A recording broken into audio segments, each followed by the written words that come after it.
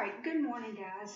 We are on section 3 of Granny Nell's Dulcimer, and this section is called Mountain Melodies.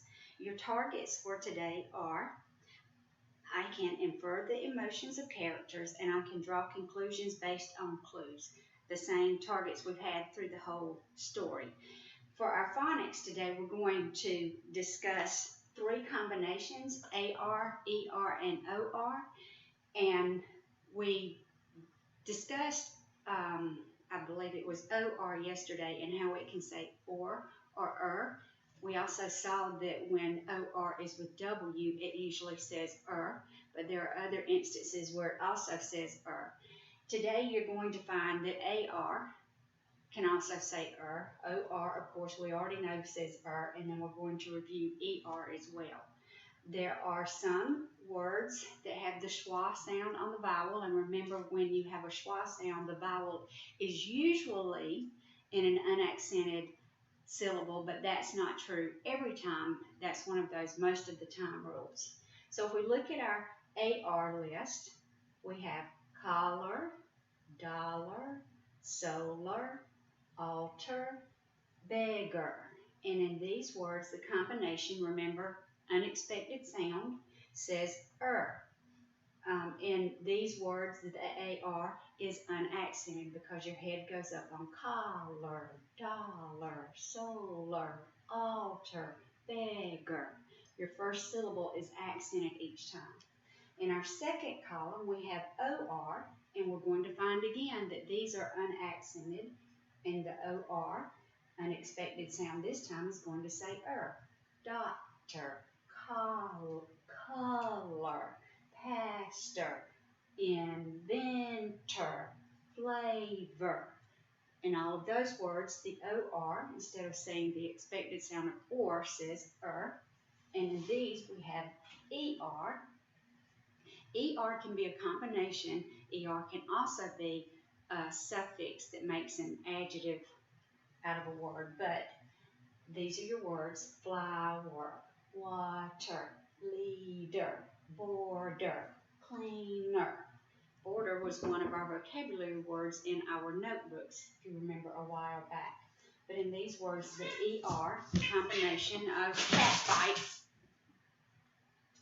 God, that little girl, she is a mess. ER says and I lost my train of thought because of the cats. All right, so your phonics today is working with these three combinations when they say So that's what your phonics page will be. Your vocabulary words are midair, practice, provided. So I want to go over the meanings of those words before you start your lesson today. If you are climbing steps, one of your feet stops in mid-air. Are you standing on 1 or 2 feet? If you're climbing steps and one of your feet stops in mid-air, you are climbing on one, you are standing on 1 foot because the other one is just in the air, mid-air. If you practice playing a song on the piano, would it most likely be before or after you play it in a musical competition? If you're practicing, it would be before the competition. You don't want to practice during the competition. If your parents provided the supplies you need for school, do you need to go to the store to buy them, or did your parents give them to you? If they provided your supplies, they gave them to you. There's one other word that I want to review, and that's balance. You had the word balance in lesson 143, and it was a noun, but in this lesson, the word balance with a D will be a verb, because of that suffix ed, balanced. That means this, balanced. I'm carrying it, it's balanced, so that it doesn't spill. Now I want to review part 2 of the story, and that's where Tansy found that Granny Nell had fallen and hurt herself. How does Tansy become good friends with Granny Nell? Well, she goes to her cabin every day. Granny Nell teaches her how to play songs on the Dulcimer.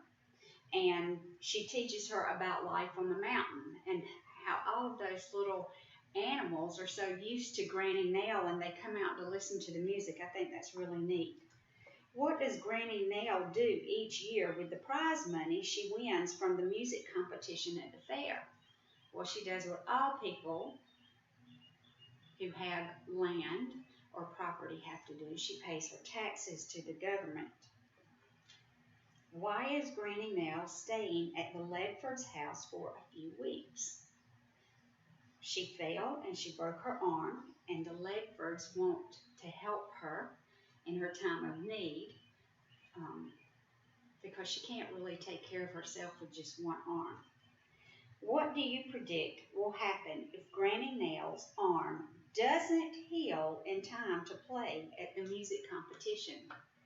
If she can't play, what's that going to mean about the money she needs to pay her taxes? Think about that for a minute. Okay, so you are going to read 144 and 145 to find out what errand Granny needs Tansy's help with. Then you're going to read 146 and 147 to find out what idea Tansy has for helping Granny.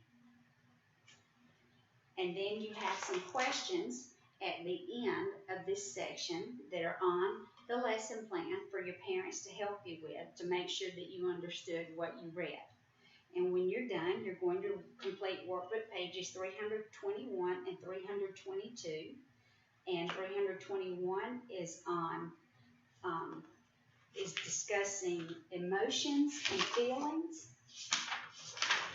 And 322, Tubby was underneath me.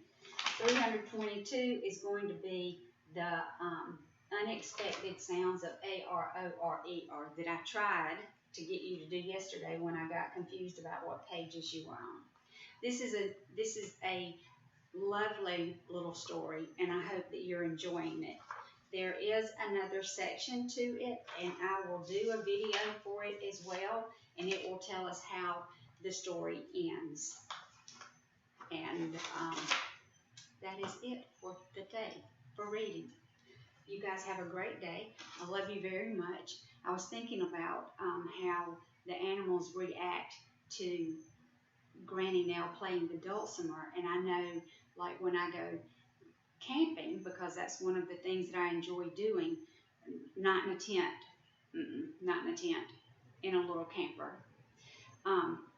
The squirrels and the other animals are so used to people that they almost expect you to feed them, just like the animals in this passage come out to listen to Granny Nell play music.